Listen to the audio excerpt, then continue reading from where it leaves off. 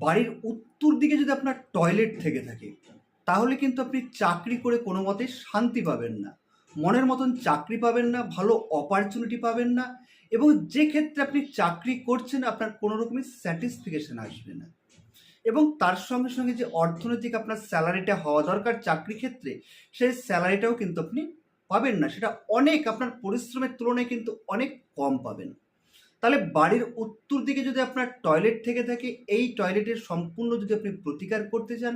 তাহলে কিন্তু ভালো বাস্তু এক্সপার্ট দিয়ে তার কিন্তু প্রতিকার করান, তাহলে কিন্তু আপনি 100% সেখান থেকে মুক্তি পাবেন এবং বড় বড় অপরচুনিটি পাবেন এবং লাইফ স্টেবিলিটি পাবেন।